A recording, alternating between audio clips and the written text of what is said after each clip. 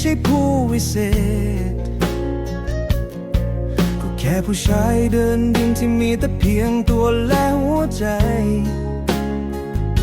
แต่เธอก็ยังเดินเข้ามาทำให้ชีวิตฉันมีสีสันไม่เอาวางเหมือนวันที่ผ่านมาขอบคุณนะในวันที่ฉันหมดหนทางวันที่ฉันเดินลงทางเธอได้เอื้อมมือเข้ามา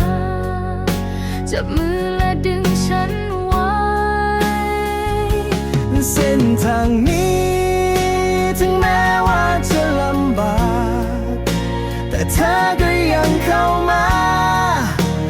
เติมเต็มสิ่งที่หายไปหากวันใดชีวิตนี้ต้องเผชิญไม่ว่าจะเรื่องอะไรก็ขอมีเพียงแค่เธอคนนี้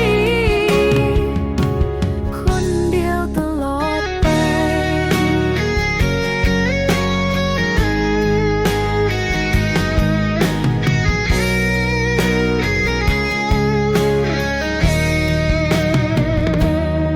ขอบคุณเธอนักที่เดินเข้ามาในเวลาที่ฉันไม่มีอะไรเธอทำให้ฉันนั้นได้เข้าใจว่าทางทางข้างหน้านั้นจะอีกยาวไกล